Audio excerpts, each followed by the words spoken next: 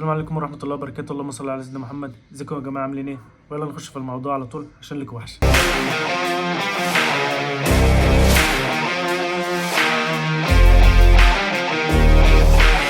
مبدئيا قبل اي حاجة متأسف جدا على التأخير، بس كان عندي امتحانات ورمضان وكده فانشغلت. تعالوا نبدأ بأول حاجة، وايه هو اصلا الداتا ساينس؟ ده عبارة عن واحد بيتعامل مع بحر من الداتا او داتا كتير قوي، بيقدر يطلع من الداتا دي انسايتس او بيطلع منها معلومات مفيده تقدر تفيد البيزنس اللي هو شغال فيه. مش هيفرق بقى التكنيك او التكنولوجيا اللي هو مستخدمها عشان يطلع المعلومات من الداتا دي، اهم حاجه ان هو يقدر يفيد البيزنس بتاعه عن طريق الداتا دي. هقول لك مثال، انت شغال في شركه والشركه دي بتدخل كل شهر نسبه ربح معينه، فانت دورك ايه كداتا ساينتست؟ انت بتجيب بيانات الشركه دي، المبيعات اللي هي عملتها، الصفقات اللي هي عملتها، ايه التفاصيل اللي حصلت اللي هي الداتا، وبتحلل الداتا دي. مثلا الشركه بتاعتك بتكسب كل شهر عدد معين ومثلا اكس، فجت في الشهر اللي بعده كسبت اكس زائد واحد، وعايز تعرف الواحد ده جه منين بالظبط. فانت شغلتك ان انت بتحلل الداتا دي وبتقول للشركه الواحد ده جه منين وازاي تزود الواحد ده ان هو يكون 2 او يكون 3.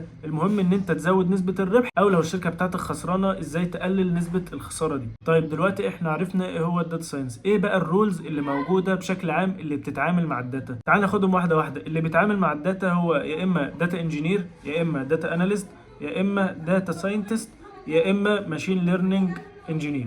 كل واحد فيهم بيكون ليه رول معينه بيعملها على الداتا. اول رول هو الداتا انجينير. الداتا انجينير بيكون مسؤول عن ان هو يجمع الداتا. طب يعني ايه بيجمع الداتا؟ مثلا هو عايز يعمل فيدباك عن اراء الكاستمرز عن الشركه بتاعته او المنتج بتاع الشركه، فهو دلوقتي عايز ياخد الفيدباك من الزباين على صوره فورم، او ياخده من جوجل، ياخده من تويتر، ياخده من اي حته. ففي الاخر الداتا دي بتكون مش منظمه، ما ينفعش تخش في موديل او ما ينفعش يتعمل عليها تحليل وهي بالصوره دي.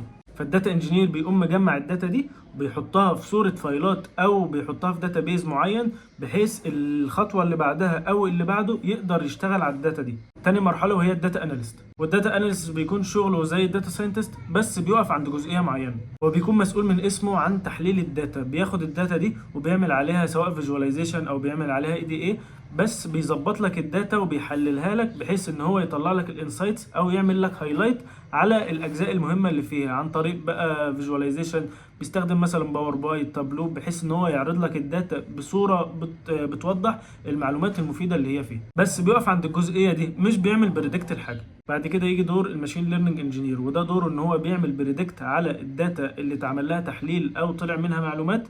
بياخد المعلومات والتحليلات دي وبيعمل عليها بريدكشن بحيث ان هو يقول لك الشركه دي هتكسب قدام ولا هتخسر. طب هو بيعمل الجزئيه دي بالظبط ازاي؟ هو مش بيشم على ظهر ايده، لا بالعكس، الموضوع سهل خالص. الموضوع باختصار ان هو بيكون موديل بيشتغل بالجوريزم معين، يعني بيشتغل بطريقه شغل معينه. الموديل ده بيخش له انبوت اللي هي الداتا دي اللي هي هتعلمه، او دي البنزين بتاعه. زي مثلا انت بتدخل العربيه بنزين عشان تتحرك، اهو بالظبط الموديل ده انت بتدخله داتا عشان يفهم. الداتا دي بيكون نوعا ما نتيجتها معروفه قبل كده. انت عندك مثلا مريض عنده اعراض السكر، فانت عارف ايه بالظبط اعراض السكر، فانت بتدخل للموديل ايه هي اعراض السكر، بحيث ان هو لما يجي يعمل تيست على حاله جديده، فهو بناء على الاعراض او الداتا اللي انت مدخلها له قبل كده هيقدر يعمل لك بريدكت الحاله دي مثلا مريضه ولا مش مريضه. ما مثال برضه عشان تفهم الحوار ده ماشي ازاي.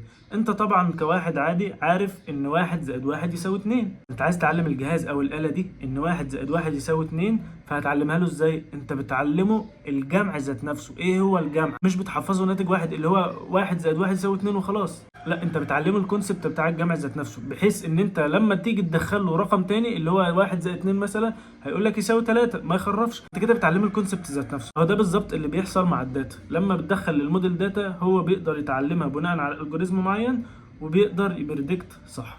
ده الساينس بقى هو عباره عن السايكل كلها من اول الاناليسيس لحد البريدكشن. بعد ما عرفت ايه هو داتا ساينس، تعالى بقى اقول لك تتعلم ازاي وايه الخطوات اللي المفروض تمشي عليها عشان تبقى داتا ساينتست كويس. اول حاجه انت محتاج تفهم ماس وستاتستكس، احصاء. مش بقول لك تبقى ضليع فيهم اللي هو تبقى تنين فيهم، لا، انت المهم تكون فاهم البيزكس بتاعهم كويس عشان هتحتاجهم في شغلك بعد كده. مثلا عندك الاستاتستكس، هتكون محتاج تعرف حاجة زي المين، زي الميديان، تعرف تفرق بينهم. حاجة زي الاوتلاير، مش هتعرف تتعامل مع الاوتلاير عندك في الداتا غير لما تكون فاهم ايه هو الاوتلاير بالظبط. وقيس بقى كده على باقي الحاجات. بالنسبة للماس انت محتاج تفهم البيزكس كويس، عشان قدام ان شاء الله لما توصل لمرحلة الماشين ليرنينج انت هتحتك بالالجوريزمات، والالجوريزمات دي شغالة بماس، فلازم أن تكون فاهم الماس عشان تقدر تكون فاهم الالجوريزمات دي بتشتغل ازاي. بعد ما فهمت الماس والاستاتيكتيك، بعد ما فهمت الماس والاحصاء، انت محتاج تتعلم لغه برمجه وهي البايثون، عشان دي هي اللي هتطبق بيها بعد كده على طول. statistics انا بعرف اقولها ها، بس بطلق. وفي برضه لغه ار تقدر تتعلمها، بس الاحسن واليفضل طبعا ان انت تتعلم ببايثون عشان كل الكوميونتي رايح ليها، ودي هتفيدك اكتر لما انت تقع في مشكله بتلاقي لها حل، بتلاقي الكوميونتي بيفيدك فيها. اتعلم الاول البيزكس بتاع اللغه، ازاي تكتب بايثون وايه هو اللوب في بايثون. اتعلم البيزكس بتاع اللغه، ما تقلقش لغه بايثون من اسهل اللغات اللي ممكن تكتب بها كود، لان شغلها كله معتمد على ان انت بتجيب لايبراري وتستدعي منها الجزئيه اللي انت عايزها. بعد ما اتعلمت البيزكس اتعلم بعد كده او بي، عشان بعد كده هتعمل فانكشنز لازم تكون فاهمها عشان تعرف تتعامل معاها. بعد كده اتعلم مكتبه نمباي، ودي مسؤوله عن الماس اللي انت هتستخدمه وانت بتتعامل مع الداتا بتاعتك. تنظف الداتا بتاعتك، يعني ايه تنظف الداتا بتاعتك؟ عندك مثلا ميسنج فاليوز، تتعلم ازاي تهندل الحاجات دي، ازاي تتعامل معاها. نوع بيانات معين موجود في الداتا عندك غلط، تتعلم ازاي تهندله. اخر اي مشكله موجوده في الداتا عندك بتتعلم ازاي تصححها وازاي تظبطها، عشان بعد كده الداتا دي تكون نظيفه وتكون مظبوطه انها تخش على موديل. عشان قدام في مرحله الماشين ليرنينج لما تيجي تعمل موديل ما ينفعش تدخل له داتا فيها ميسنج فاليوز او فيها داتا متكرره، عشان هتاثر على الناتج بتاعها في الاخر. بعدها بتتعلم الداتا فيجواليزيشن عشان تعرف تعرض الداتا بتاعتك بشكل كويس، تكون عارض الهايلايتس وتعارض الحاجات المفيده اللي عندك في الداتا، بحيث انت لما تيجي تعمل فيجواليزيشن بتعرف تقدم الداتا بتاعتك بشكل مبسط، واللي قدامك بيكون عارف يقراها. يعني بعد ما خلصت الجزئيه دي انت طبعا هتتعامل مع داتا، فلازم تكون فاهم ازاي تستخدم السيكوال، وتكون فاهم ايه هو الداتابيز، عشان في الشركه عندك لما تيجي تتعامل مع الداتا اللي موجوده في الداتابيز لازم تكون فاهم السيكوال. بعد ما خلصت الجزئيه دي هات بقى موقع كيجل وطبق عليه اللي انت اتعلمته. واللي ما يعرفش ايه هو كيجل، ده بيكون موقع زي الجيت هاب بالظبط كده، بس بيكون مخصص اكتر للداتا. بيكون عليه داتا سيت لداتا كتير قوي زي الكورونا، مرض زي السكر. بيكون عليه داتا سيت لاي حاجه انت ممكن تتخيلها. بيكون عليه نوت بوكس على الداتا دي، سواء بقى فيجواليزيشن، اي دي اي، موديل، اي حاجه ممكن تتخيلها عن الداتا هتلاقيها موجوده على الموقع ده. خش اعمل اكونت وتعلم ازاي تتعامل معاه، هو سهل بس هتتعب عليه شويه في الاول كده على ما تاخد عليه. طبق بقى اللي انت اتعلمته، هات نوت بوك لناس كانت عامله شغل قبل كده على داتا وتعلم منهم، وهكذا، بحيث ان انت في الاخر تقدر توصل لمرحله ان انت تربط كل اللي انت اتعلمته مع بعض، ودي اهم حاجه. بعد كده هتخش على الماشين ليرنينج، ودي المرحله اللي هتعمل فيها الموديل زي ما وضحت لك من شويه. الفكره باختصار ان الموديل ده بيتعامل بالجوريزم معين، والالجوريزم المعين ده بيكون بيشتغل بطريقه معينه، بحيث ان هو بيتعامل مع الداتا دي عشان يطلع بريدكت في الاخر. لما تذاكر وتوصل للمرحله دي هتفهم اكتر الكلام اللي انا بقوله. بعد ما بتخلص الجزئيه دي في حاجات ادفانسد شويه زي الديب ليرنينج او ان ال بي، دول بيكونوا ادفانسد شويه بس هتستخدمهم اكيد في شغلك، فلازم تتعلمهم. بس لما تخلص الحاجات اللي قبل دي وتكون مطبقها كويس، وتكون طبقت كذا حاجه بحيث ان انت تكون تقيل في الجزئيه دي، وتكون فاهم ازاي تتعامل مع الداتا وازاي تعمل عليها موديل، عشان دي اهم حاجه. الحاجه التانية بقى هتتعلمها وانت بتتعلم زي الجيت هاب او الويب سكرابنج. في حاجات تانية كتير هتتعلمها وانت ماشي في الطريق، ركز عليها وما تهملهاش. انا كنت بس بركز لك على الهيدلاينز بتاع الحاجات اللي انت هتمشي عليها. حاجات في النص انت هتقابلها انا ما قلتهاش في الفيديو عشان الفيديو طبعا ما يطولش، انا بس ركزت لك زي ما قلت لك على الحاجات المهمه.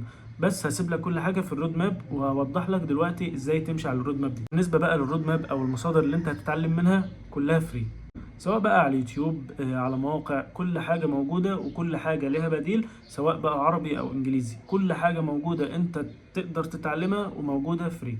وملحوظة وأنت بتتعلم حاول تركز على المحتوى الإنجليزي عشان بيكون أحسن وأقيم في المعلومات اللي هو بيقولها، بيكون شرحه سلس أكتر. زي مثلا أندرو إنجي، ده يعتبر من أتقل الناس في مجال الماشين ليرنينج، أو بالعربي في برضه باشمهندس هشام عاصم، ده بيكون يعني جامد بصراحه. هسيب لك المصادر بتاع الناس دي في الديسكربشن تحت. بالنسبه بقى الرود ماب اللي انت المفروض تمشي عليها، هسيب لك هي رود ماب واحده انا مشيت عليها شخصيا، وبصراحه دي من اتقل، او يعني انا ما اعرفش ان راي الناس التانية ايه، بس من رايي دي من احسن الرود مابات او الرود مابس اللي موجودة في المجال، لو مشيت عليها خطوة بخطوة هتبقى في حتة تانية. هي مرتبة لك الحاجات اللي انت المفروض تتعلمها بالترتيب، وحطالك لكل جزئية مصادر، كذا مصدر، سواء بقى عربي انجليزي مقالة لو انت بتحب تقرأ برضو، وحطالك كتب، وكل حاجة انت متخيلها وهتحتاجها في التراك ده هتلاقيها في الرود ماب دي. انت امشي على الرود ماب دي، خد التوبكس بالترتيب اللي هم حاطينه، وكل توبك خد مصدر واحد بس من اللي هم حاطينه اللي انت ترتاح له بقى. بس اهم حاجه، سواء انت بقى قريت من كتاب، سمعت محتوى عربي، سمعت محتوى انجليزي، المهم ان انت توصل في الاخر ان انت تكون فاهم التوبك ده كويس، عشان المرحله التراك ده بيكون كل جزئيه مبنيه على اللي قبلها، ما تطلعش للجزئيه اللي بعدها غير لما انت تكون فاهم الجزئيه اللي قبلها. تنساش وانت بتتعلم تهتم بكيجل بتاعك والجيت هاب، وترفع عليهم المشاريع اللي انت هتعملها ان شاء الله كده وتبقى كويس، ارفع عليهم كل حاجة انت بتتعلمها. واهتم برضه باللينكد ان بتاعك، عشان في الاخر يكون عندك بورتفوليو حلو، يكون عندك الكيجل وعندك جيت هاب وعندك لينكد ان، كل شغلك مرفوع عليهم، يكون معاك بورتفوليو حلو، ان انت لما تيجي تقدم على وظيفة ان شاء الله تكون كل حاجة معروضة وكل حاجة انت كده زي الفل. بس وده كان كل حاجة النهاردة، ولو في حاجة انا قلتها ما كانتش واضحة عرفني في الكومنتس او ابعت لي وانا هرد عليك، ولو في حاجة انت مش فاهمها في التراك او وقفت قدامك ابعت لي برضو وانا هعرفك ان شاء الله. لو استفدت مني حاجة ما تنساش تدعي لي. السلام عليكم ورحمة الله وبركاته.